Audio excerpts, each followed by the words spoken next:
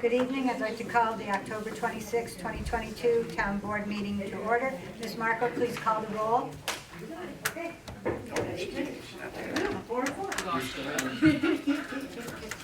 Can anybody hear me? No. Can't hear me. She must be.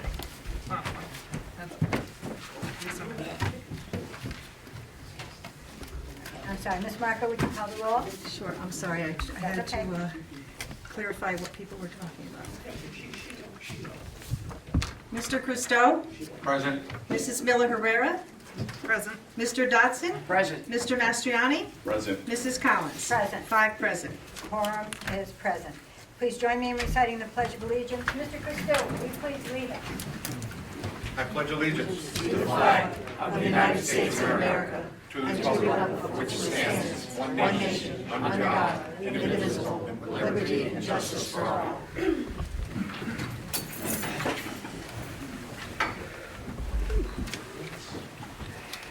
Just a couple of short reminders. I'd like to remind everybody that we in the town are going to be celebrating Halloween, if you do celebrate that, on Monday, October 31st. The police department is asking that you please have your children out from the hours of 4 p.m. to 8 p.m. for safety reasons. And also, I would like everybody to know that on Friday, November 11th at 2:30, we'll be holding our annual Veterans Day services here at Town Hall. And I think it's very nice if we have a good turnout for all the men and women who have served our country. All right. So I will now open public hearing on the draft Town of Rotterdam Comprehensive Plan. Is there anyone who wishes to speak? Andrea Capola? Hi, Andrea Capola, 625 River Road. I've looked at the comprehensive plan a little bit, and there's a couple of things I'd like to highlight.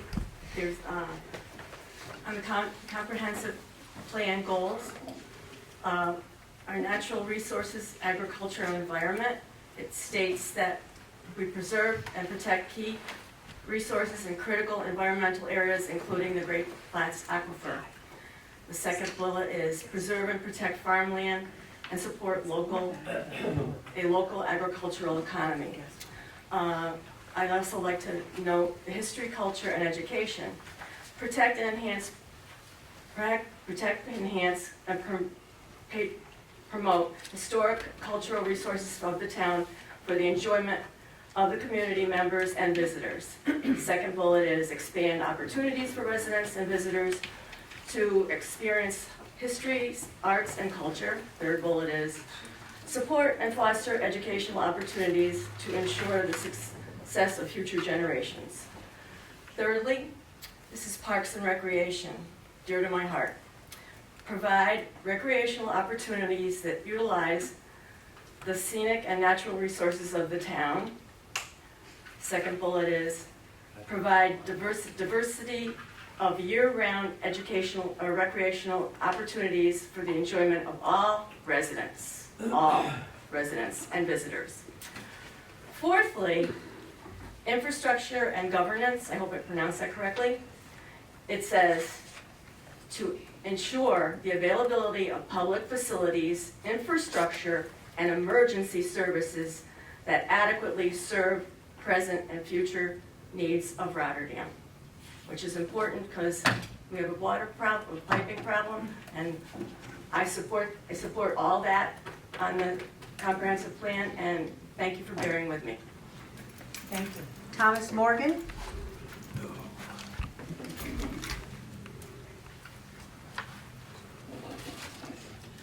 Thomas Morgan, 1014 Day Road. Because of the nature of my work, I often can't make the meetings I want to make, and the last public hearing was one of them, so I end up watching it, on Friday. And I just wanted to thank Jack for extending this so that I had a chance to get in here, and for everybody to agree for it. So I want to first just qualify what I want to talk about, and between 2014 and 2018, myself and my neighborhood got involved in trying to keep apartments out of our neighborhood. And over those 4 years, this contractor kept coming back year after year. And it would require a zoning change, okay? So what does that have to do with this? Well, I ended up becoming very, very familiar with comprehensive plan, 2021, the town law, New York State, documents that they produce. I attended a whole slew of planning commission and town meetings. So I got kind of familiar with this, and when the first issues of the comprehensive plan were released online and I started reading it, I was wondering if there was going to be more. And it did seem like over the months it would update and update and update. And I'm going to go back to the 2021. Now that comprehensive plan is 246 pages. Extremely well done. You were on the board at the time. It was an extremely well done plan. I mean, it's organized, it's detailed, it's got anything you could possibly think of that the town has to do. It's in that 246 pages. Amazing document. And then there's a few appendices as well, some maps and stuff. This one is 68 pages with a 300-page appendix. And the 300 pages is mostly just all the comments that people sent in to surveys. Really not much to that 300 pages, but just printout of all the stuff that they collected.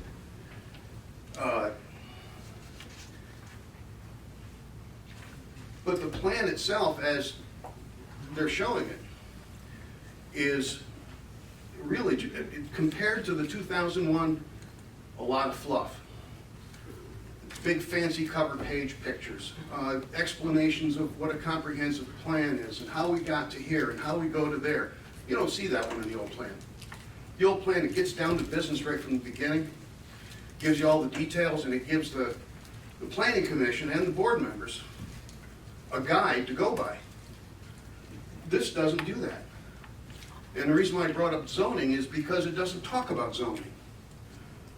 The original plan has 37 specific zoning recommendations for different neighborhoods. You know, allow agricultural to go to this, or keep the existing zoning. There are very specific recommendations in that. This is none of that. I don't see anything in here. And the thing is that when you read through the New York State documents, it's clear that it's the comprehensive plan that drives the zoning. The zoning implements the plan. How can you have a plan if you don't talk about zoning? And that's part of the problem with this apartments. That's why I like the what do you call it? The moratorium. Thank you. That was a great idea, but that's not the problem. You know, the problem is that a contractor comes into town, buys up a big lot of property that's agricultural or something, and doesn't check to see even whether the comprehensive plan allows anything there, and then they come in and try to jam a zoning change on you guys. And during that period that I was coming here to all these meetings for 4 years, you couldn't believe, sitting in those zoning, the commission, planning commission meetings, how many zoning changes were just rolling through and rolling through. It was just endless. And then when we did when we came here for a FOIL of documents, we were brought up to the planning room where all the documents were laid out for us. And that planning room was just a revolving door. It was just people coming and going with plans and maps and plans. I'm sure that's probably part of what they're doing, but contractors coming and going all day long as we sat there sifting through our papers. And I don't see how this comprehensive plan is going to give guidance to you or the planning commission on how to approach zoning changes if you don't recommend. I mean, you don't even talk about, this doesn't even talk about districts. Like, what should be a residential district? Where should apartments stay out of? Where should business stay out of? Should we keep agricultural here? Oh, and I printed this map. This is the other thing that kills me. Now, I know you can't see it, but you see this big yellow smudge in the bottom over here, okay?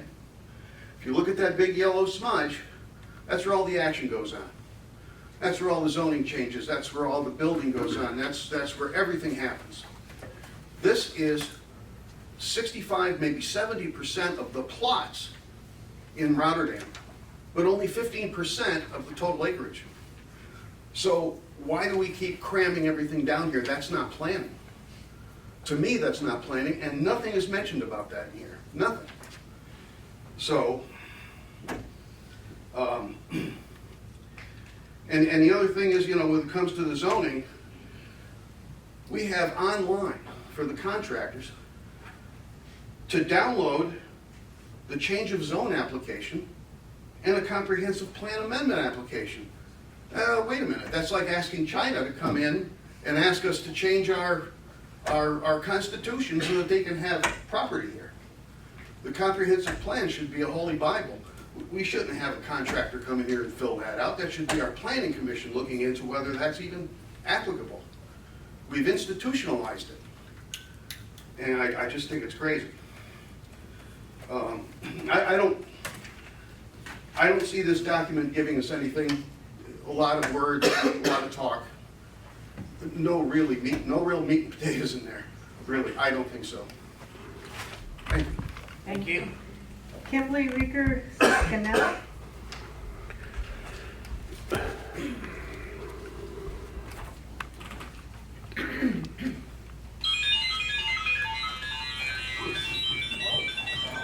Sounds like I have magical powers.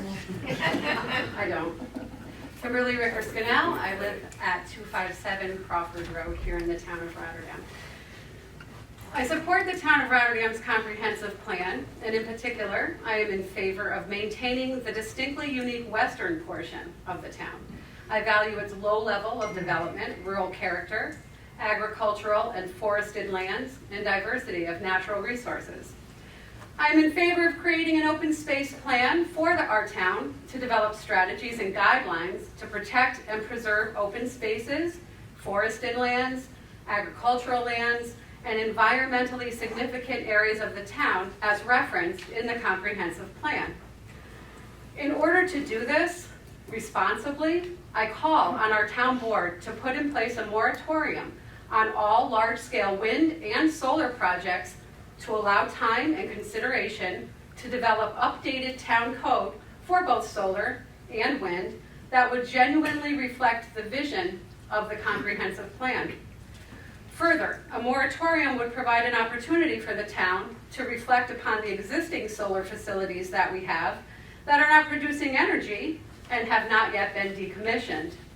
In fact, the town has been left with several solar projects that have not been properly decommissioned, which are currently in a state of inactivity and disrepair, creating not only an eyesore, but a problem that will end up likely being resolved on the taxpayer's dime.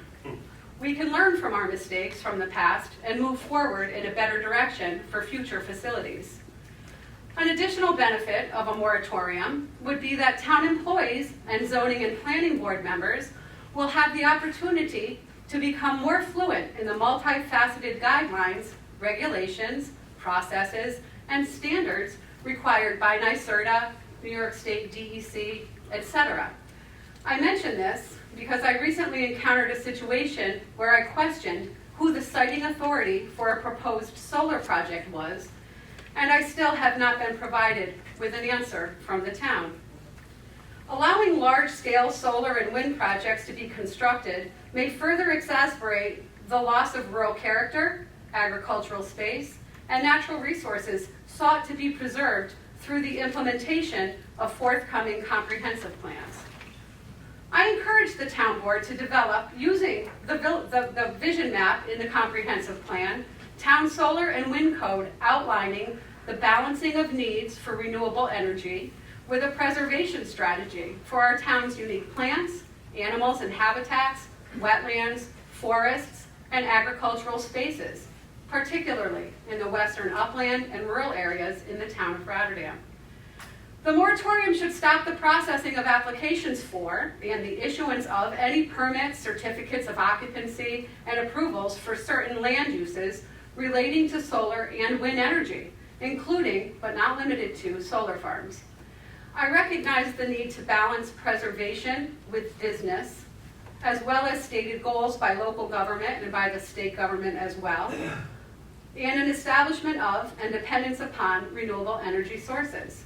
Those applicants for development who have obtained final site plan approval should probably be exempt from the moratorium. My suggestion to put in place a moratorium on all large-scale wind and solar projects is not radical, it is not impulsive. In fact, many towns across New York State have done exactly this. On June 2nd, 2022, Governor Hochul announced awards for 22 large-scale solar and energy storage projects. Many towns made the decision to pause, to adjust and react accordingly. And I urge our town to do the same thing. By briefly pausing for a 1-year to 18-month period in order to enact the recommendations of the comprehensive plan for the town of Rotterdam's solar and wind code, the town is making an important investment for the future and upholding its commitments and obligations to its citizens and the mission of this comprehensive plan. I thank you for your time. I would also like to add that Tracy Laminack called me on my way here. He's unable to be here tonight. He has some information to discuss the difference between forestry and agriculture. Forestry apparently is a much more passive act with little impact on biodiversity. Agriculture can be aggressive. And he noted that the comprehensive plan does not really have much conversation, if any, about forestry. He would like an opportunity to present the board with some information that he has gathered for you. Thank you. Kim, did you want that to be part of the record? Or do you want to keep it? It's up to you. You can have it. Come on, just like. Better for the record. Yeah. Thank you. Thank you. You're welcome. Patty Motelis?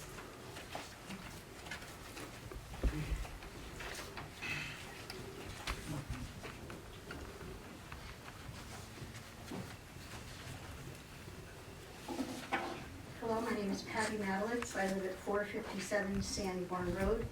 Thank you for giving me the opportunity to speak tonight. I'd like to speak regarding the comprehensive plan. I'd like to start out by describing a little bit of, I'm new to your town, or our town. I moved here 2 years ago. I moved here 2 years ago because I was attracted to the diversity of the town.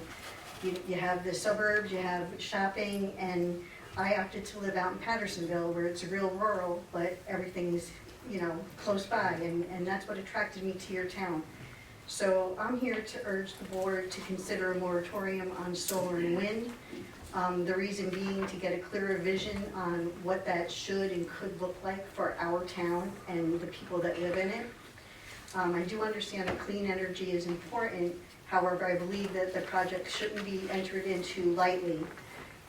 They have a huge detriment to the scenic views here. If any of you folks have ever driven down Rhinex Road or Sterling Road, it's just amazing. It takes my breath away every day that I drive home and drive those roads.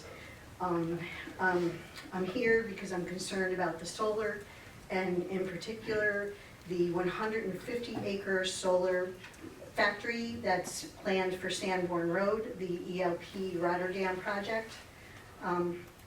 I do have some documents that I'd like to present to the board. I made some bullets from in support of a moratorium and in support of parts of the comprehensive plan and preservation of wetlands and open spaces. I have approximately 16 folks that agreed with it.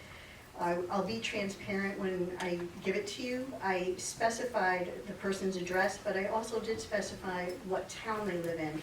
Pattersonville is really unique. and to include the areas of the west, that whole area. But I'm speaking now particularly of Pattersonville. I just learned today that actually some of Pattersonville is in Princetown. So on the document that I'm going to give to the board, I was transparent, and it says town of residency, Rotterdam or Princetown, wherever they live.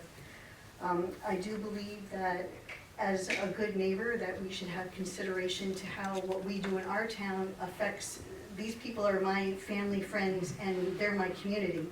And they're probably gonna be affected visually more than anybody, because they're up on the hill, we're down, and they're gonna see it. And I think that we should be a good neighbor and consider in our plan how it affects surrounding areas, and especially in Princetown.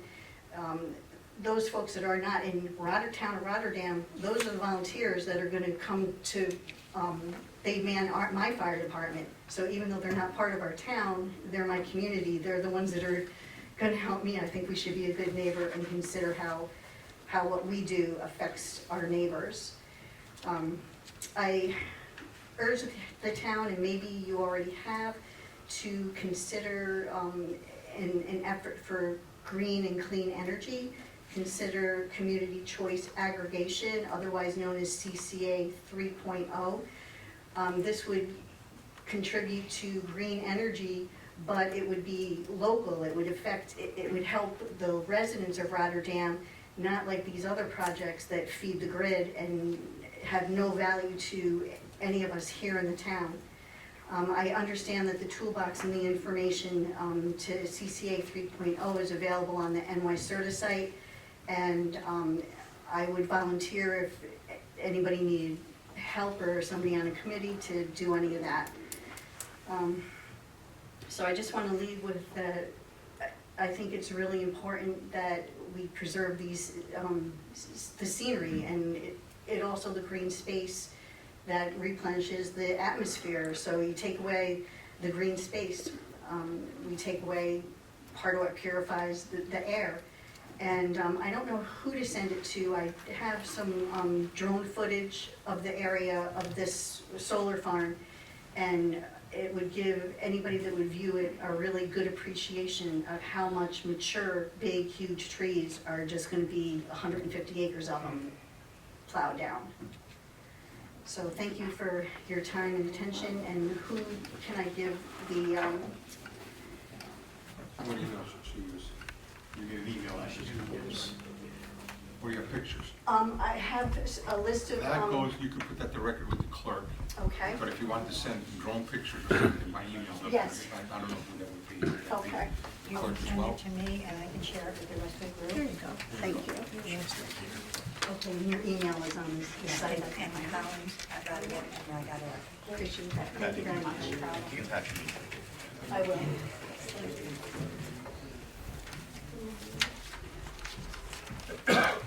Dean Romano?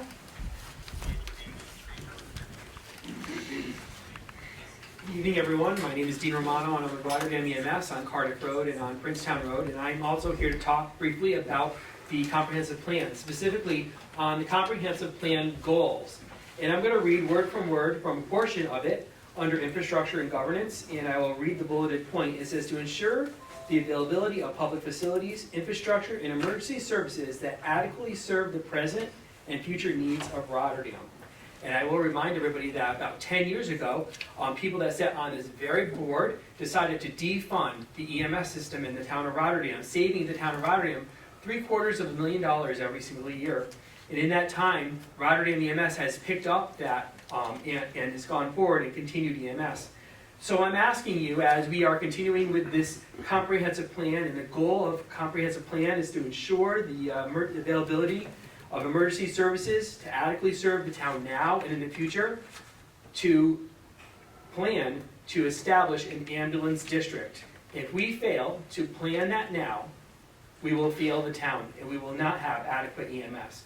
And so I'm just going to remind everybody that a failure to plan now is a plan to fail later. Thank you. Thank you. nobody else signed up, but I have to read an email that Renee Merton sent to me from Maida Lane in Rotterdam. She said, I am requesting the Rotterdam Town Board to protect our community's countryside and landscapes from the installation of invasive sprawling solar fields locally.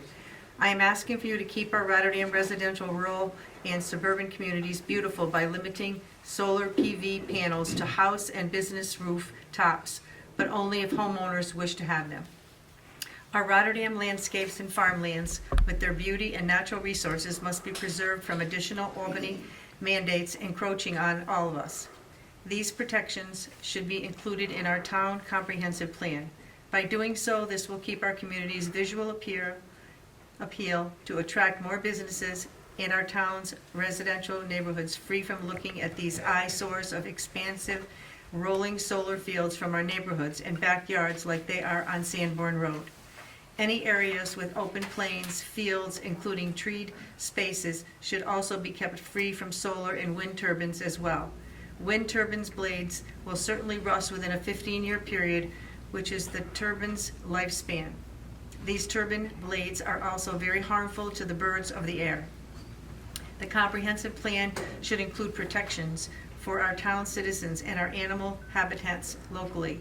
These edicts from NYC and Albany politicians who do not care about our Rotterdam landscapes and their damaging solar fields, which are more for their own self-preservation and their own political careers. These solar farms are only to make the NYC politicians feel good about their religion to net zero 70% mandates. They are not putting these solar or wind turbines in their own backyards, but they are all right with putting them in ours. How can we as a community stop this and the ugly scars of rolling solar fields in our township? They are eyesores, and our municipality must protect our beautiful landscapes, animal habitats from devastation of clearing trees and leveling our landscapes to the whims of the Manhattan politicians who enthusiastically voted yay on these in lockstep with our town representative. Our current representative is on the Assembly Energy Committee. He can't run from these terrible 70% mandates happening in Rotterdam anymore. These are the consequences from the edicts of the town's downstate political 70% net zero directives, which will crush our locality's ecology and environment in the town of Rotterdam. How can we as a town come together to stop all of this and protect our hometown trees and forests from being plowed to the ground and leveled? Besides putting it in our comprehensive plan, we want to keep our community as it is and keep it guarded, good-looking, and full of wildlife, horse farms, and other natural resources for our children and our wildfire's natural habitats. Take note, these climate mandates are now being hidden from all of us in Rotterdam. The climate directives and mandates are being hidden in the New York State Assembly budget. Please remember, our current representative is in favor and is all good with this. And what is that? The loss of our natural resources within our town's limit, natural landscapes, open fields, including our agricultural, and all here inside our town of Rotterdam. Yes, this is only the beginning of the bigger net zero policies, problems, and issues that Rotterdam will continue to face in the year to come. It is only the tip of the iceberg for all of us here in Rotterdam. We need good solutions. Renee Mertens. And that's it. Thanks, Diane. That's it.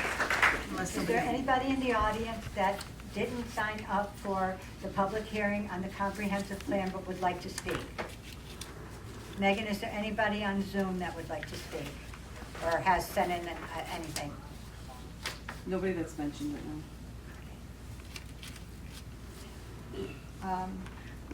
We have kept this, One question before you close the public hearing.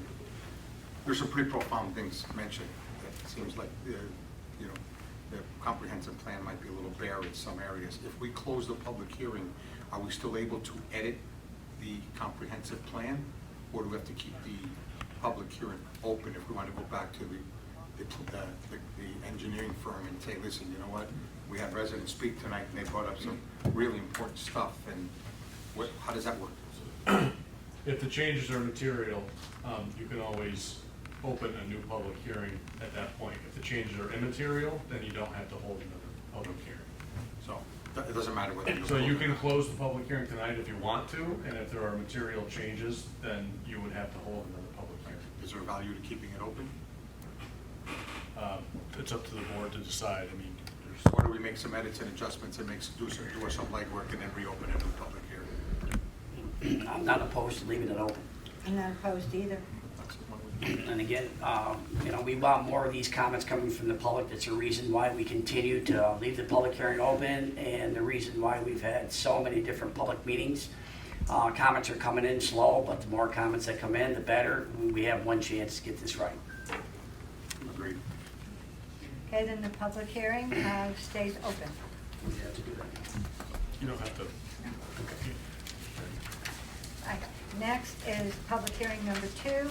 It's on introductory local law number 7 of 2022, and that's on permitting and regulating the raising of chicken hens. Ms. Marcos, anyone who wishes to speak? Yeah, let's see here. Brenda Tesori? You're not gonna say it, are you? I can't. I couldn't. She wanted me to say mayor. Okay, well, you're gonna say it. Fine, I'll say it. All right, Brenda, you did write it as mayor. Sorry, Town of Rotterdam has elected me their mayor. Okay. Just to let you know. The chickens. I'm in favor, I don't know what the problem is, I kinda know what, no, I don't know what the problem is. Two things, a gentleman 2 weeks ago made a comment that the petition that Denise and her group got was illegal, had illegal petitions on there. God, I hope he's doing his research, because that's an accusation that's not okay, because it's not. I'd like to see chickens in Rotterdam. I mean, you're allowing every other nonsense in Rotterdam. You're allowing, you got a moratorium. In March, when that moratorium is over with these apartments, what's gonna happen? It's gonna be more apartments. So, if you're gonna do that, let us have our chickens. I mean, no, you guys are laughing. I went to the store, $5 for a dozen of chickens, a dozen of eggs, I'm sorry. I'm sorry, guys. But for the person to say, 2 weeks ago, that what these young people did, getting online petitions as well as, I know what it's like getting petitions. And I'm still getting them. But to accuse them that they were illegally got, or the names on it were illegal, man, I'm offended by that. And I'm sure Denise and her crew is offended by that. I know everybody has a right to say what they want to say, as long as it can be facts checked. And if it can't be, then shame on that gentleman who made the comment. Really wasn't going to talk about chickens, but we need chickens in Rotterdam. As long as Rotterdam keeps doing what they're doing, I know you guys put a moratorium. If you lift that moratorium and a couple of people have commented that we're getting all these strange animals in our land. Well, you know why? Because you're allowing people to come into our community, chop down all the trees and the habitat, and those animals have no place to go but your backyard, my backyard. Somebody's got to protect those animals. Somebody's got to protect the fox, the possums. I'm getting them on property. They have no place to go because Rotterdam, not you guys, don't get offended, because I'm sure you'll rebut me in miscellaneous. And I will be back 2 weeks later to rebut. You can't blame the animals for going where they need to go, because Rotterdam decides, I don't know what Rotterdam decides. I came to Rotterdam because it was a nice place. It was nice. I don't want to live in the city of Rotterdam. I don't want to be New York City or Poughkeepsie or someplace where there's 90 million apartments. I'm offended by seeing those apartments coming up on Curry Road. No, you had nothing to do with it. I got it. Allow us to have our chickens, even 2 or 3. Allow us to have our chickens. And people need to fact check before they say something that's wrong. Thank you. I'll be back again. 4 more minutes. Denise Legacy? Go, Denise!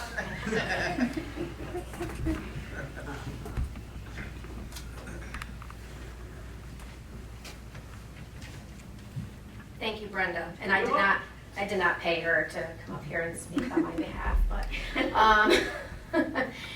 I'm Denise Legacy, 1152 Eugene Drive. I'm here once again as a frequent flyer of this podium in favor of the permitting of the backyard chickens. I really hope this is the last time. I don't like to public speak. So anyhow, these days people want choices and rights. At the same time, people want choices and rights taken away from people, especially if it's not their standards, opinions, or to their benefit.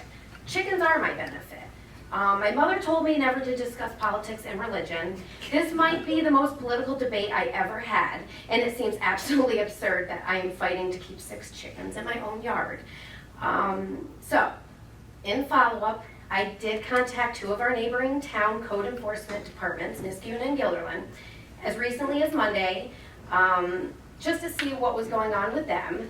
And both report there has not been any issues or complaints since they have allowed chickens in their town. The Guilderland zoning officer told me that the only concern they have currently is just getting people to understand the process and the steps to permit chickens. And those are people who've really had chickens already. So as far as some of the residents at our last board meeting, they did bring up some concerns, and I'm not discrediting their concerns at all. Again, I think some people might be uneducated about chickens. And I'm not a chicken whisperer in any means, but I have had them for 9 years, and so I know a little bit about them. One resident suggested that the increase in mice in her yard and an empty eggshell in her driveway was due to her backyard chickens. Are we to assume that eggshell was from one of the chickens, not a bird, or somebody else's garbage left over from breakfast? It was a brown egg. She was very concerned about that. But most of all, she was concerned about, you know, the predators and everything getting into her yard. She indicated that she has 1 cat, at least 1 cat. We do all know that cat and mouse chase is real. So again, I've had chickens for 9 years. I've never seen a mouse in my yard. She has cats. There's mice, right? Another resident suggested that the town has not done anything about his calls when he called about his neighbor's chickens coming into his yard and then making quack quack noises. Ducks make quack quack noises. They come to yards that have pools. Chickens don't quack. But regardless, I've had chickens. I know people have chickens. Sometimes they go days without making any noise. I know that we all know there's things out there that make worse noises than cluck cluck. But you know, that's a valid concern that they're coming into his yard. I know one of the things the board wants to pass is if this is allowed, that they will have a fenced-in area. So I don't know if this person has a fenced-in yard. I don't know why they wandered into his yard. But he did say, you know, the concern is that the zoning, the code enforcement won't be able to keep up with chickens. Well, somebody called and complained on me, and they did follow up on that. So obviously code enforcement is doing their job, or I would not be standing here time after time. I would not be here now, right? So I do feel like they're doing their job. He also said, I'm an enlightened owner, thank you, but not everyone will be. That's true, but how can any of us say that about anybody? I have no say in how my neighbors carry about their business with their lives, with their permitted chicks, their pets, or their property. So, you know, I mean, we can go on and on about that. I will tell you that since I've lived in my neighborhood for 25 years, I've dealt with dilapidated homes, unkept homes, unleashed dogs, dogs being hit by cars that weren't leashed, neighbors getting viciously attacked by dogs, and other dogs being attacked by dogs. I have neighbors that care for neglected cats because their owners don't take care of them. And I've had feces in my yard from animals, particularly dogs, that aren't mine. It is what it is. I've never made a complaint, you know. I could go move where my closest neighbor is 2 miles away, you know, but I don't. So unfortunately, that's what you deal with when you live in a suburban neighborhood. But our chicken's really the major concern.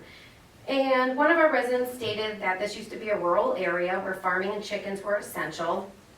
And now they are built up. This area is built up. We have several apartment complexes, which we all know. And chicken and farms are a thing of the past and no longer essential. I have a garden and I have chickens for eggs. To me, that's essential. And again, have you seen the price of eggs? And I bet if I asked right now, would people be for allowing backyard hens rather than putting up another building or an apartment complex in this town? They would say, I vote for the backyard hens. If given a choice, if they'd rather live next to my cute little chickens in my coop and, or another pharmacy or an apartment complex or a meth house, they would probably choose my chickens. So I really don't understand what the issue is. I think some people just like to complain about things. In regards to the petition, he said that I had possibly some illegal signatures on it. And I did notice that. I didn't really bring it up. I didn't think that it was that big of an issue. I put it out there on social media. I can tell you the reason for this because I spoke to IT in my work, at my work. It's a computer-based generated system with IP addresses and honestly IT terminology that I do not understand. People log in, they sign the petition, they could be in Rotterdam and it shows up from wherever. It doesn't mean that they're not from Rotterdam. But at the same time, people from Rotterdam sign into their iPads and computers and their cell phones from wherever they are. That's not illegal. They don't need to be in Rotterdam to sign a petition. There are some people that I noticed, I have no idea who they are. They probably were from California. They signed it. They're not opposed to chickens. I can't stop that. I did go personally door to door in my neighborhood to get signatures from people, particularly the people right on my street and surrounding me. They said they had no issues with my chickens. They signed it. I presented that to you guys, that paper petition. If this gentleman's so concerned, he should go around and get petitions from people who don't want chickens. I don't know, he may have done that. He also said this is going to cost a lot of money to hire more people to regulate chickens. None of the research that I did indicates that other towns hired more employees to oversee the regulations of backyard chickens. You're way over it. Really? More than everybody else? Oh, okay. Last but not least, we can look at the predators, the wildlife, and all the other issues. I'm not going to go over it. We can review the literature that I previously gave you.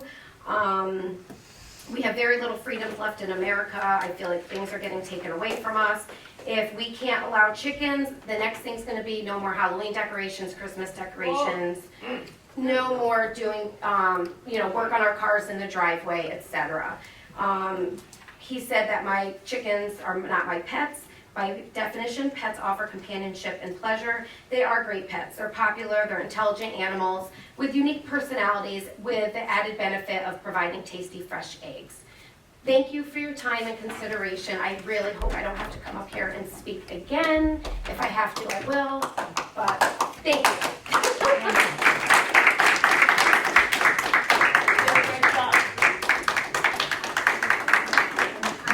Be a little lenient because I want everybody to feel as though, I've tried to be a little more lenient tonight on the public hearings, letting people speak more than, 4 minutes. But when it starts going towards 8, I just want to make sure everybody has a chance to speak tonight, okay? I don't think there's anybody else on the chickens. Is there anybody else who wants to speak on this local law that didn't sign up, that forgot to sign up or didn't sign up? Megan, is there any comments from Zoom? Nope. Okay. Yeah, you can, I'll entertain a motion to I'll make a close the motion to close the hearing. public hearing. Motion by Mr. Dodson, do I have a second? I'll second it. Second by Mr. Christou. Clerk will call the roll. Mr. Christou? Yes, to close the hearing? Mrs. Miller Herrera? Yes. Mr. Dodson? Yes. Mr. Mastriani? Yes. And Mrs. Collins? Yes. 5 yes to close the public hearing. Hearing is closed. Okay. Our third public hearing is on the potential enactment of introductory local law number 8 of 2022 to amend section 266.46 of the town code of the town of Rotterdam, and that's to add a stop intersection at Kelly Lane and Mary Lane. Is there anyone who wishes to speak? Nobody signed up. Is there anybody out in the audience that would like to speak about that traffic sign but forgot to sign up? Megan, anybody on Zoom? Okay. Then I'll entertain a motion to close this public hearing. I'll make that motion. Motion by Mr. Dodson. Do I have a second? I'll second it. Second by Mr. Mastriani. Clerk will call the roll. Mr. Christou? Yes, to close the hearing? Mrs. Miller Herrera? Yes. Mr. Dodson? Yes. Mr. Mastriani? Yes. Mrs. Collins? Yes. 5 yes to close. Okay, public hearing is closed. Now we'll move on to privilege of the floor. Ms. Marco, is there anyone who wishes to speak? And please remember to try to keep your comments to 4 minutes. I'll kind of raise my hand when you're right around the 4-minute mark, okay? Dean Romano. Good evening again, and yes, my name is Dean Romano from Rotterdam EMS. As I told you before, I just want to briefly go over some points of the Rotterdam EMS system and this EMS system in the town of Rotterdam, because it's very important. It is a hometown professional service that's been in place for about 85 years. It's the development of many different mergers from the fire departments to separate EMS agencies, volunteer organizations. It's now merged into one organization, and we've done everything that the town of Rotterdam has asked us to do along the lines from the last 85 years, from merging, from creating a single ambulance organization from the two that were prior here. Rotterdam EMS does more than 4,000 calls every year. We have a budget of more than $1.7 million, and our payroll is greater than $1 million every year. Our system was ultimately defunded 10 years ago when we decided that we needed to balance the budget in the town, and we removed the paramedics from the police department. Rotterdam EMS picked up that expense and has been shouldering it ever since. And that is an expense that they can no longer afford, and will, in the middle of 2023, at some point, not be able to continue to provide the same level of service that they've been providing for the last 10 years. And so what I'm asking for is that for our town board to please establish an ambulance district to secure the funding for Rotterdam EMS to keep a private Rotterdam-only EMS system in the town of Rotterdam that's focused on the town, focused on 911 service in the town. Right now, the system that is in place is a fee-for-service system. That fee-for-service system is designed to pay for the calls that are there, not the calls that might be there. And so ultimately, that comes down to being ready to answer the next call.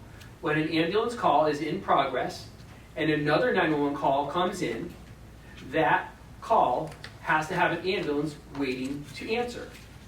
If Rotterdam EMS can only afford to put on one ambulance at a time, that second call will go to a neighboring organization where we have a mutual aid agreement, and that call could take 8, maybe 18, maybe 28 minutes to receive an ambulance. There's been times in Rotterdam, in the surrounding communities, where ambulances have been 35, 45, and even an hour out because the home ambulance service wasn't available. It happens on a regular basis in the city of Schenectady. It happens all around us. But the town of Rotterdam has its own ambulance service, and it has the privilege of having 2 ambulances 24/7 staffed with paramedics.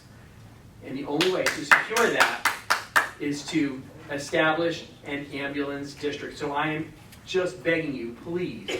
I'm going to have some more people contact you by email, and I realize that we'll have to do in a couple of different meetings, but I'd like to sit down and give you the details of what that looks like, how much that will cost, and some opportunities to make it happen. That's not very painful at all. So that is what I have to say. I'm truly asking you to be the town board that saves the EMS system and doesn't kill it. Thank you. Thank you. Sharon Hughes.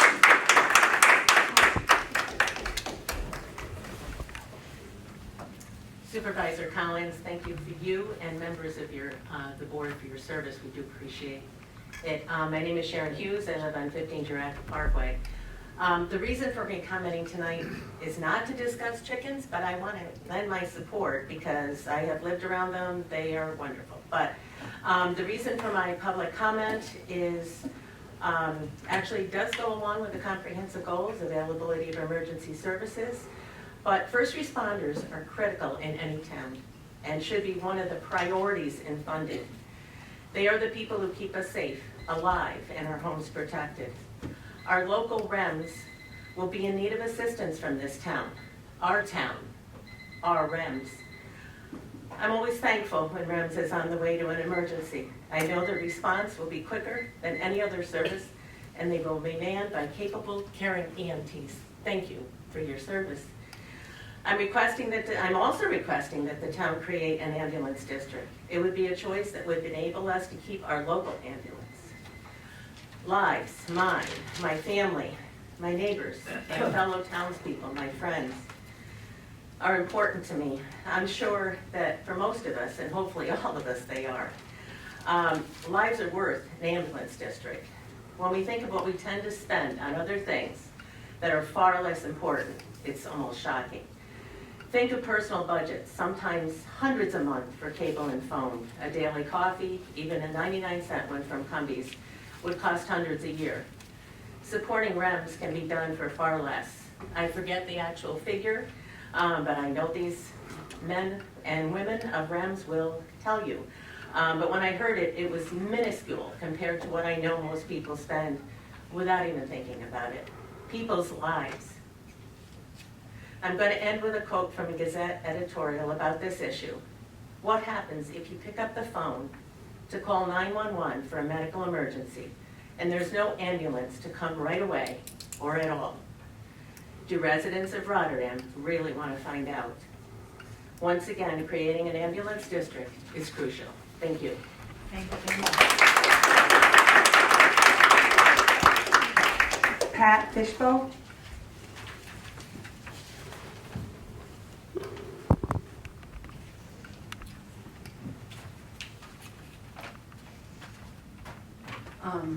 My topic isn't any of the above. Mine is a different situation. Supervisor, board, I really wish the highway department was here. But my name is Patricia Fishback. Yes. Pat, raise your hand. Okay. I live at 110 Pansy Street, corner of Lawn Avenue. I've lived here since 1966.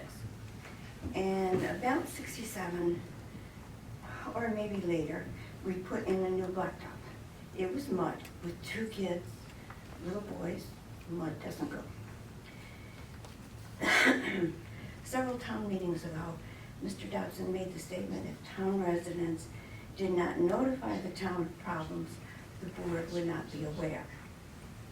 So I'm giving notice to the town that I have a problem. In 2019, I contracted with Clark Myers to again replace the driveway. The driveway basically has a life of about 20 years, and it had been replaced a little after 87. I am not really sure when the stormwater started becoming an issue at the junction of my driveway and the road. I have stood in freezing water more than once to chop the ice from the end of the drive to prevent the water to flow in the wintertime. And I've used lots of brown sand to keep from slipping.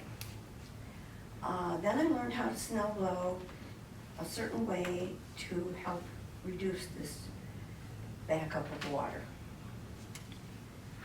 It helped to rectify the problem to an extent, but it never solved it. And currently I have 2 50-pound bags of sand because I'm ready for winter. The storm sewer is in the middle of Evergreen. It goes down Evergreen, around the corner of Pansy, around the corner into my drive, and then to the middle of Lawn Avenue. There's both a convex and a concave curve in the road just above my driveway. Evergreen is at the higher level elevation than Lawn. I'm not an engineer and I don't have a transit, so I can't tell you the topography of the area. But this water is storm sewer water. In the spring and in the fall and in the summer, there's no problem.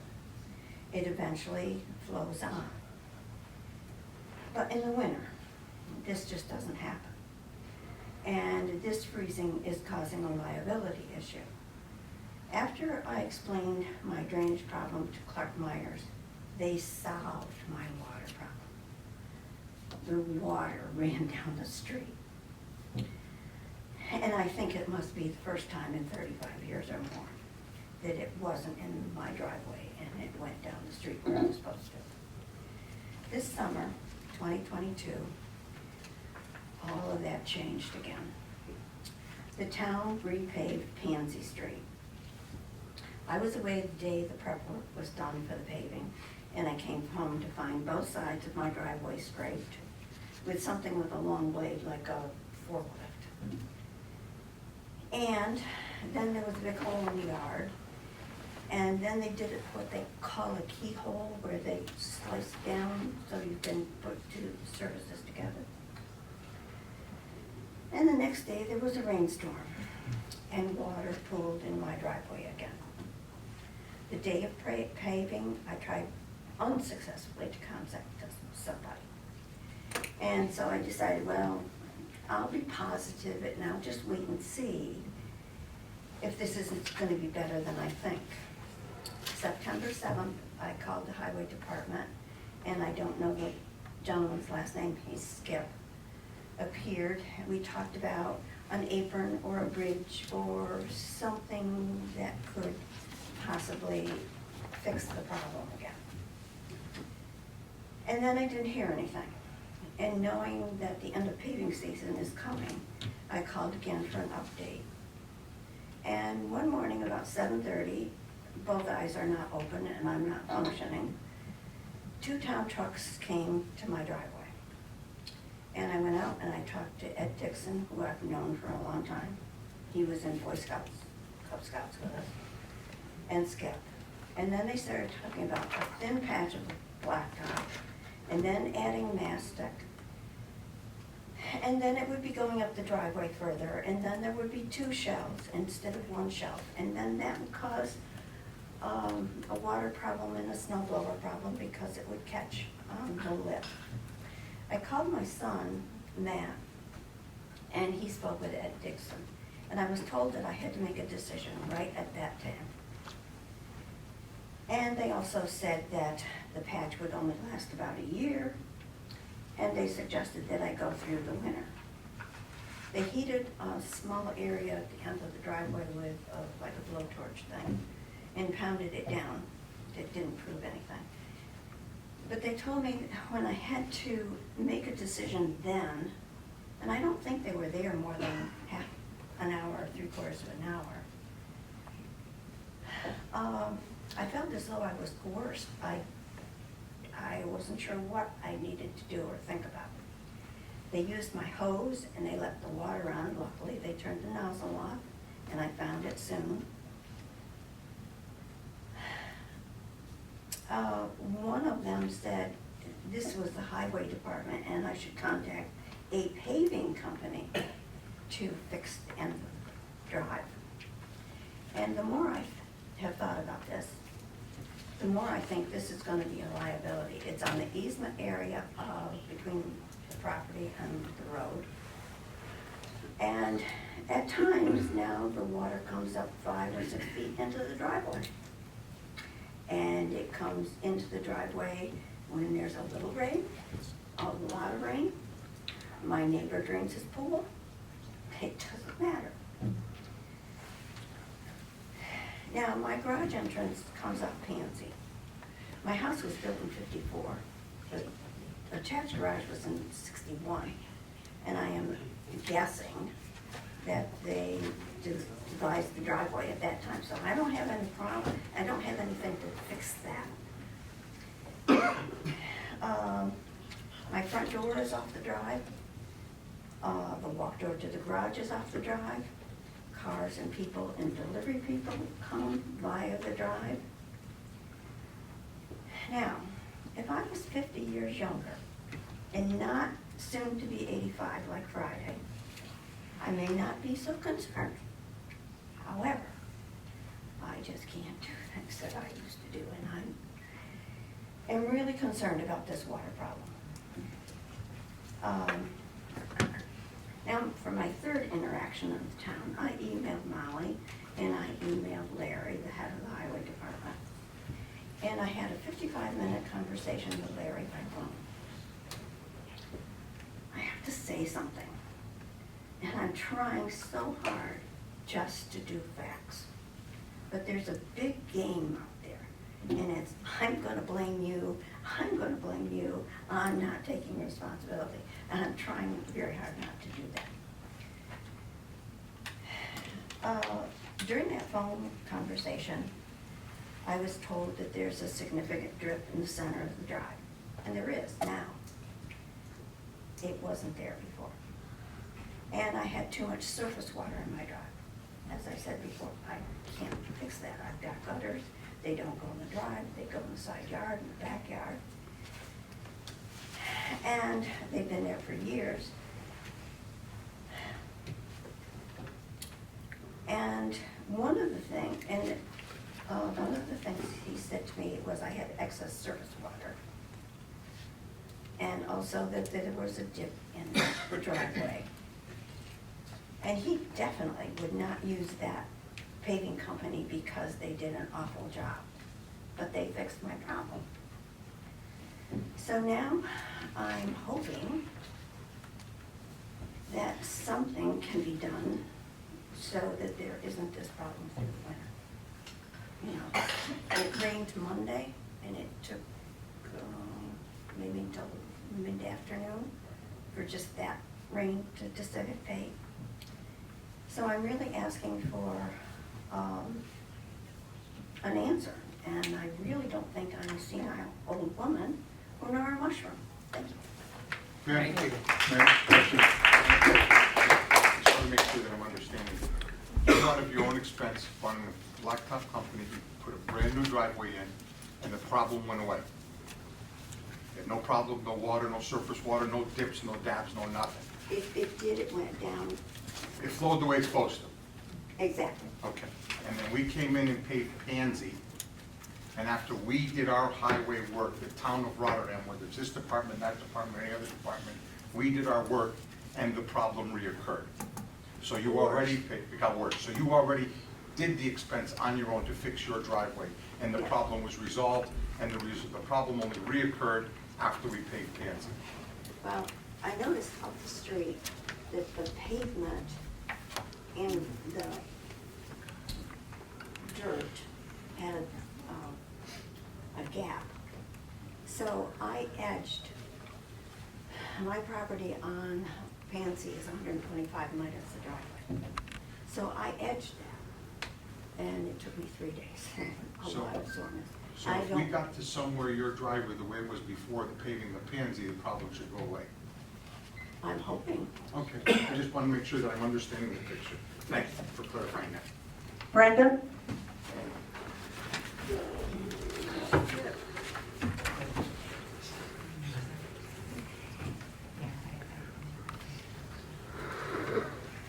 Hello. Brenda Trojan, Mayor of Rotterdam, 1033 6th Street. It's been calling me. Okay, my first question.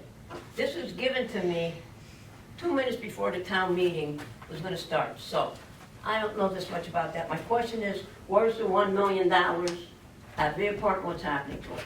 Now, according to this report by the Times Union, which was given to me exactly 2 minutes before the town meeting was gonna start, so I don't know how I'm supposed to prepare for this. It says that we got the $1 million back.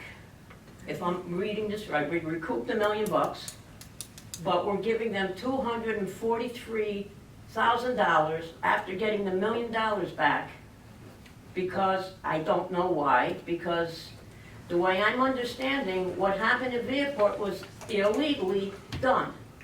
So if this was illegally done by the previous administration, and I'm not pointing fingers, why aren't we getting the whole $1 million deposit back if this plan was done illegally?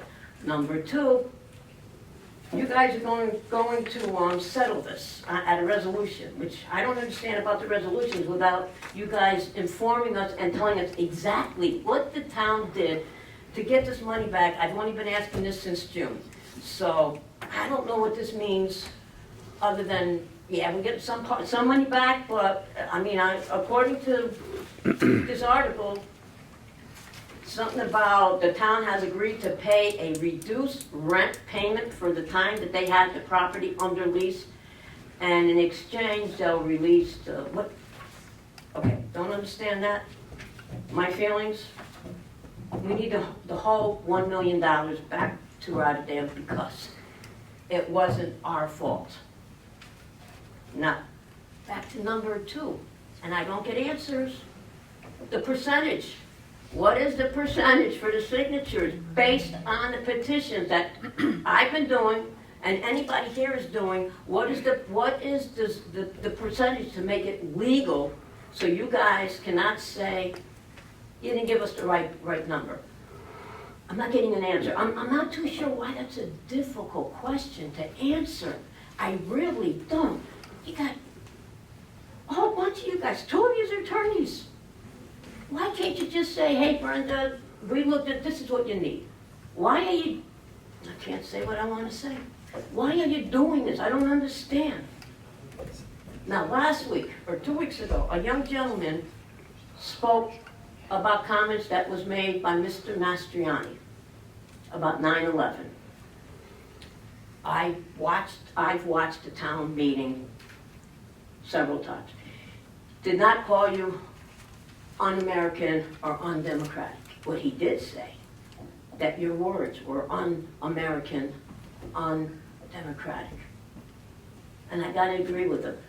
People died, and those comments, and I've heard the comments, I looked into it, that insults every American family, first responders who died in that horrific attack made by, I don't care who did it, I do care. I don't think, well, yeah, we know who did it, and the former president, launched 2 wars and killed the wrong person, even though he was a bad guy, killed the wrong person, but this kid was attacked by other residents, which they have a right to. That's saying that he doesn't know his, I want that 17-year-old here, every single meeting. I want more 18, 19-year-olds who are willing to question what our public officials say. Because so many of us sit back and let you guys, not you, politicians say whatever they want to say. Okay. I know you are going to respond back in miscellaneous. Yes, you are, because it's been done directly at me too many times. I did not call you an ageist. Never called you an ageist. I was called a xenophobe. That I was called. Never called you an ageist. What I did say is your comments were ageist. And you need to stand, all you board members, you make certain comments, you gotta stand by those comments, you gotta own it. You need to own your comments. You're gonna call me a xenophobe? Own it. I'm not a xenophobe. What I do is state the facts. I don't get on a radio show and spread lies, which was said that I do, and I don't. I state facts. I state facts that I bring up here at the meetings, and I present it to, I won't.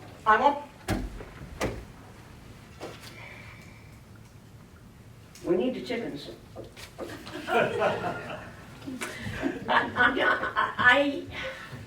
I know I don't understand the town hall protocol. Under miscellaneous means, oh no, that's not gonna work this time. That's not working this time. I'm gonna take 2 more minutes. Sorry. You allow one to speak a lot, you gotta allow another person at least the same, not the same amount, but at least extend it a little bit. I'd appreciate that. You have, yes. Okay. You guys, you have your agenda here, and first of all, I don't understand the resolutions. This is one resolution that because you don't explain what the resolutions are at the meetings. You just say, we're voting on this, we're voting on this.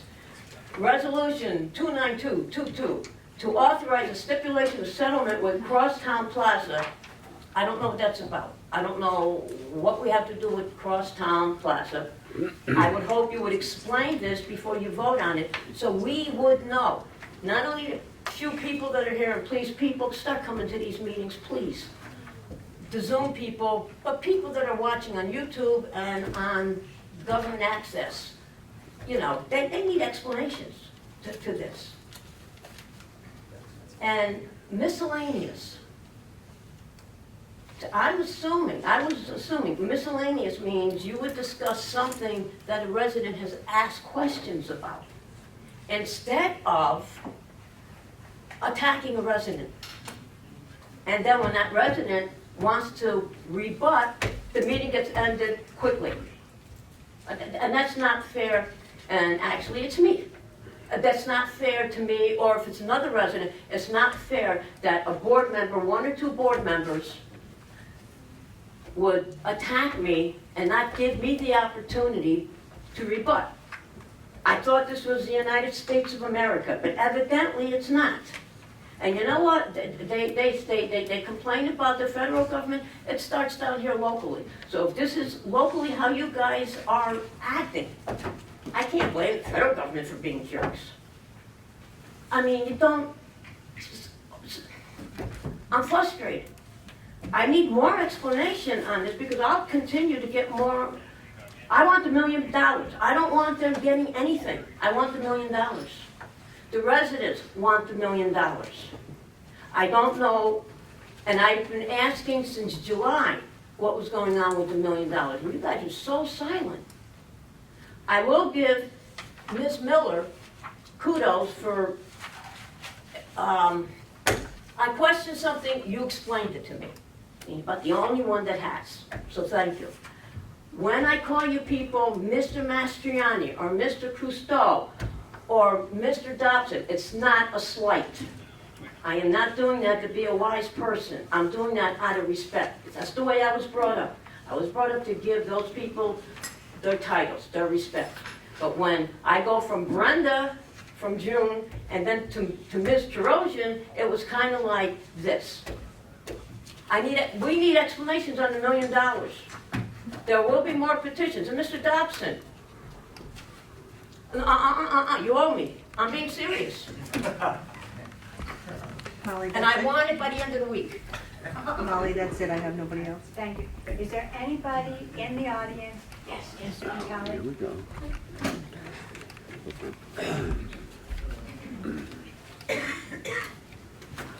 Good afternoon, Frank Natale, 2041 Caldecott Road. So on Viaport, I looked through all the documents you posted. I had a couple questions. You said you recovered the 1 million, but then you're giving back 243,750. So I was wondering what that was specifically for, plus attorney's fees. Stated in the document on the resolution that there would be attorney fees. I'm not sure what that meant, if they're paying their own attorney fees and we're paying our own attorney fees, or is this something over and above what we would otherwise pay? And so the 243,750, so that's less, that's 24% off of the 1 million. So in my opinion, I don't think this is a win for the taxpayers of Rotterdam. I think you'll pass the resolution tonight, and and I'm curious to hear the conversation. Then you say, it was stated that, well, we won't have to pay the 10 years of rent. But this saves us having to pay 10 years of rent. But at the same time, you say in resolution 237.22 that the lease agreement was deemed jurisdictionally defective, void, ab initio, and defective from the start.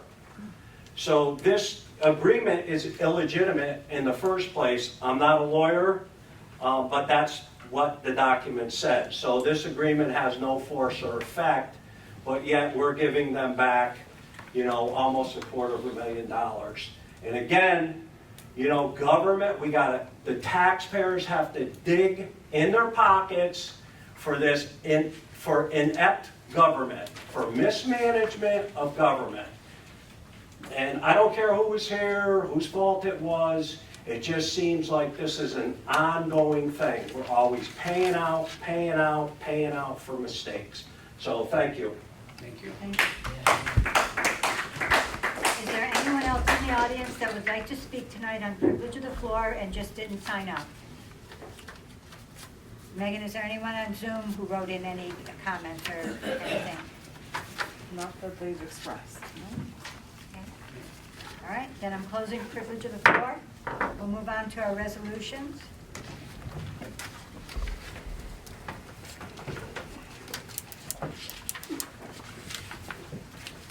Our first resolution is Resolution 287 of the year 2022. The clerk will read. To accept town board meeting minutes.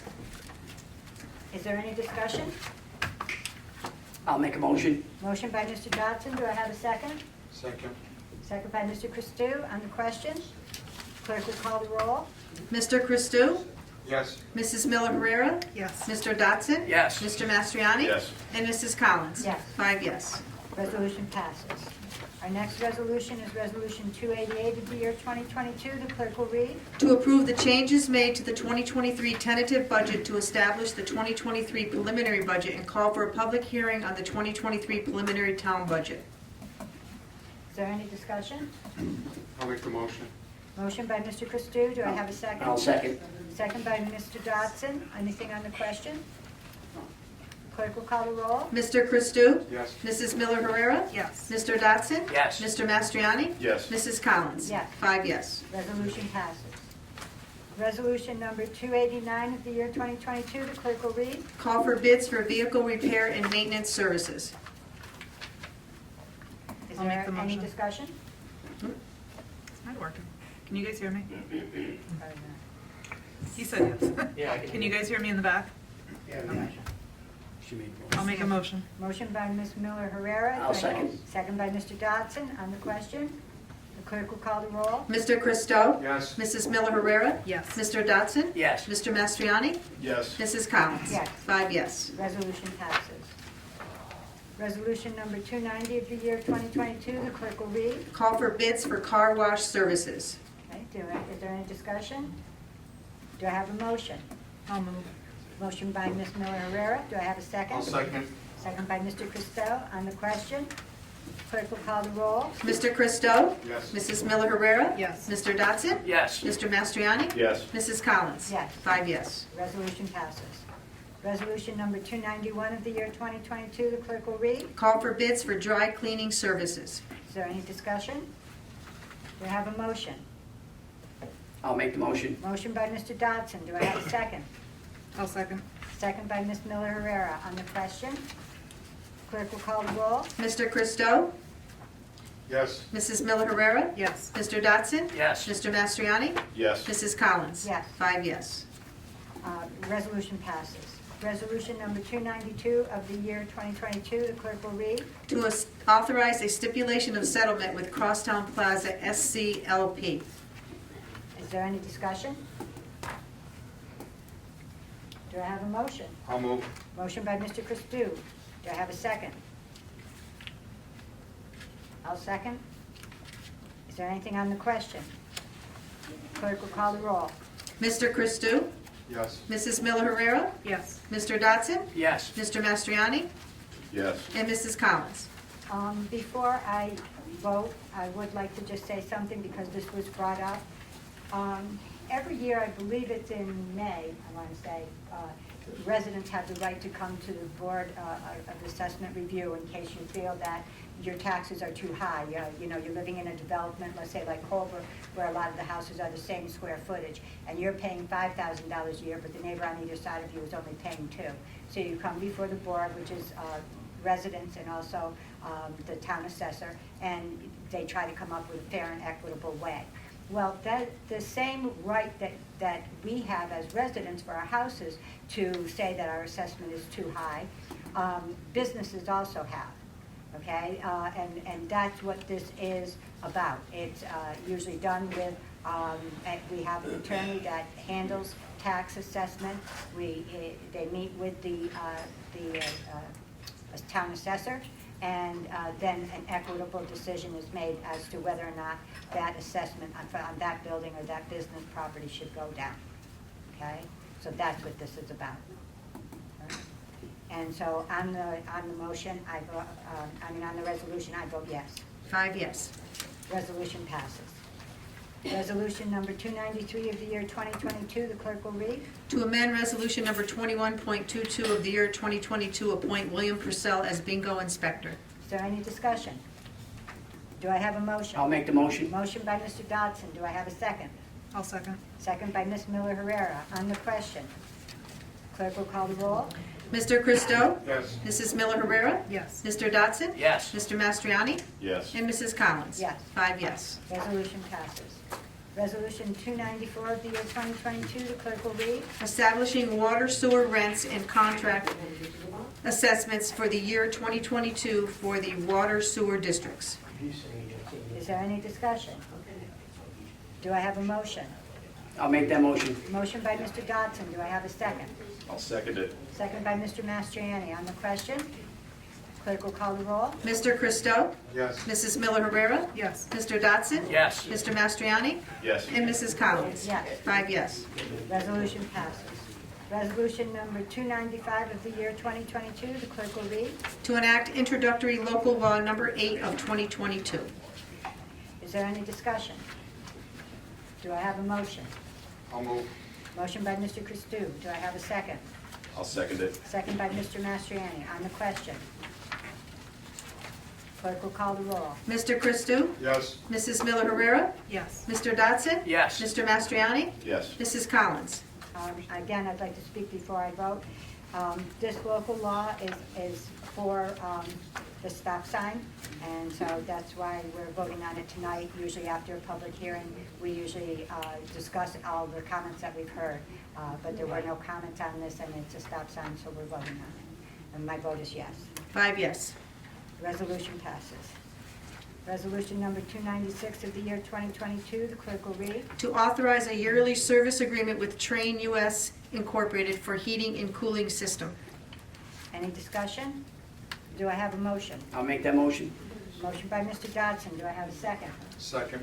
Second by Mr. Christou. On the question, clerk will call the roll. Mr. Christou? Yes. Mrs. Miller Herrera? Yes. Mr. Dodson? Yes. Mr. Mastriani? Yes. And Mrs. Collins? Yes. 5 yes. Resolution passes.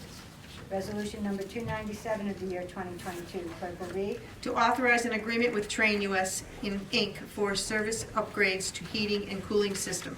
Is there any discussion? Do I have a motion? I'll move. Motion by Mr. Christou. Do I have a second? I'll second. Second by Mr. Dodson. Is there anything on the question? Clerk will call the roll. Mr. Christou? Yes. Mrs. Miller Herrera? Yes. Mr. Dodson? Yes. Mr. Mastriani? Yes. And Mrs. Collins? Yes. 5 yes. Resolution passes. Resolution 298 of the year 2022, the clerk will read. Policy to prohibit cellular equipment to be mounted on the roof dome of water storage tanks. Is there any discussion? Do I have a motion? I'll make that motion. Motion by Mr. Dodson. Do I have a second? I'll second. On the question, clerk will call the roll. Mr. Christou? Yes. Mrs. Miller Herrera? No. Mr. Dodson? Yes. Mr. Mastriani? Yes. Mrs. Collins? Yes. 4 yes, 1 no. Resolution passes. Resolution 299 of the year 2022, the clerk will read. To approve budget transfers to the 2022 budget. Any discussion? Do I have a motion? I'll make that motion. Motion by Mr. Dodson. Do I have a second? I'll second. On the question, clerk will call the roll. Mr. Christou? Yes. Mrs. Miller Herrera? Yes. Mr. Dodson? Yes. Mr. Mastriani? Yes. And Mrs. Collins? Yes. 5 yes. Resolution passes. Resolution number 300 of the year 2022, the clerk will read. To authorize settlement of claims by and against Viaport New York LLC. Okay. Is there any discussion? Yes, Madam Supervisor, I want to share my viewpoint on this. I know there's been various opinions from the audience that I respect, and, I welcome their input, but I just look at it slightly differently. First of all, I'm sorry. I said, I just want to share my viewpoint on this resolution, and, I respect what some of the members of the audience said. I just see it a little differently. First of all, as far as deeming the previous lease void, yes, this board passed a resolution deeming it void. In my opinion, that doesn't mean that some opposing counsel representing the mall or another entity is going to accept that and not drag it through some long litigious process, number one. So I don't look at it as 250,000 of 1 million. I look at it at 250,000 of about 5 million, which is less than a 5% settlement to get out of this deal, which clearly the public does not want. You know, so having said that, I am going to support this settlement claim. Thank you. Is there any other discussion? I'll make the motion. Okay, motion made by Mr. Dodson. Do I have a second? I'll second it. Second by Mr. Mastriani. On the question, clerk will call the roll. Mr. Christou? Yes. Mrs. Miller Herrera? To explain my vote, I feel the board members were kept in the dark about these negotiations, which started almost immediately after the board took action to declare the lease void and illegal. Not being made part of the process means I don't know how well these negotiations went, and I'm not necessarily comfortable with these numbers, so my vote is no. Mr. Dotson? Yes. Mr. Mastriani? I'd like to say that this is a tricky deal from the beginning, and I'd like to commend the efforts of the board in working to find a solution to this, and I am very happy that we have found an agreement that we can all walk away from and move forward with, and my vote is yes. Mrs. Collins? Yes. 4 yes, 1 no. Resolution passes. Resolution number 301, the year 2022, the clerk will read. To recognize the introduction of introductory local law number 9 of 2022 and authorizing commencement of the review and adoption process. Is there any discussion? Do I have a motion? I'll make that motion. Motion by Mr. Dodson. Do I have a second? I'll second it. On the question, clerk will call the roll. Mr. Christou? Yes. Mrs. Miller Herrera? Yes. Mr. Dodson? Yes. Mr. Mastriani? Yes. And Mrs. Collins? Yes. 5 yes. Resolution passes. Okay, that concludes our resolutions for tonight. We'll now move on to the liaison reports. Are there any council members that have anything to report? Do any of the board members have anything they wish to say under miscellaneous? Yes, Madam Supervisor, I would. And Fred, that has to do with what you said before about making comments and people responding back. Just again, my perspective of this, the town board meeting, I think what we try to avoid is making it a debate forum. We give the, and correct me if I'm wrong under policy and procedure, but we give the public those 4 minutes to speak their mind and say their piece under privilege of the floor. And then, I guess, whether you call it a rebuttal or our own viewpoints from the board factor, I guess this is not the place where it's supposed to be a back and forth kind of, you said this, I'm gonna defend myself, you said that, I'm gonna defend myself. So I think the essence of it and the true spirit of it is for people to voice their opinions, but not to engage in this is not a debate forum, from what I see. Now, you know, my colleagues can correct me if I'm wrong, but in my viewpoint, you asked the question, I'm giving you my answer from where I see on what the purpose of privilege of the floor and miscellaneous is. And just so you, again, I think you're owed, when you ask a question, if I can give you the courtesy of the answer you want, that's the answer I'm giving you. That's all I'm saying. Could I just make one comment? I did not make this a back and forth thing. I understand that. So, as a human being, as a person, if somebody verbally attacks me and everybody's gonna hear it, I kind of feel I have that right to say that was not okay. I didn't make anything a back and forth.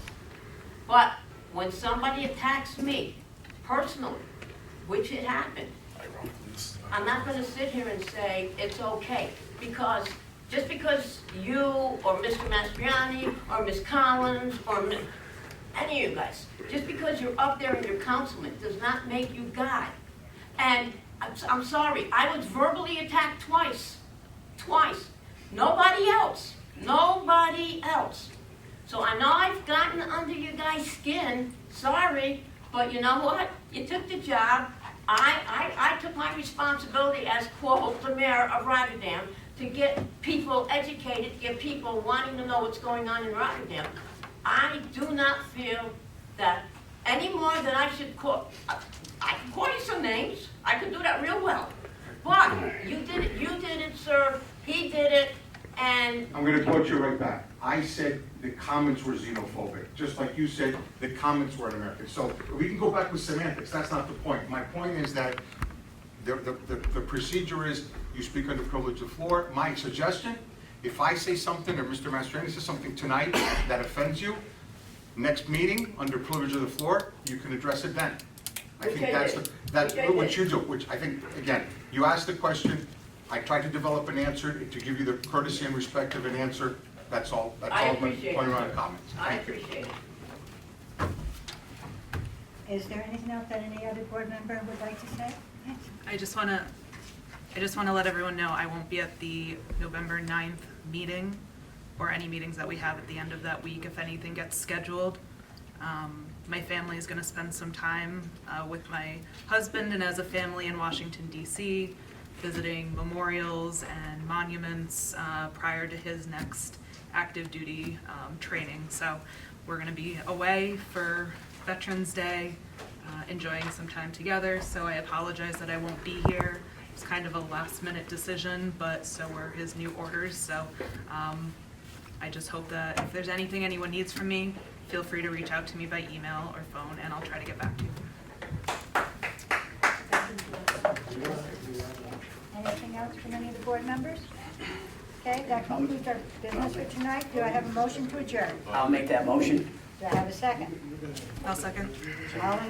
Motion by Mr. Dodson, seconded by Mr. Miller Herrera. All in favor? Aye.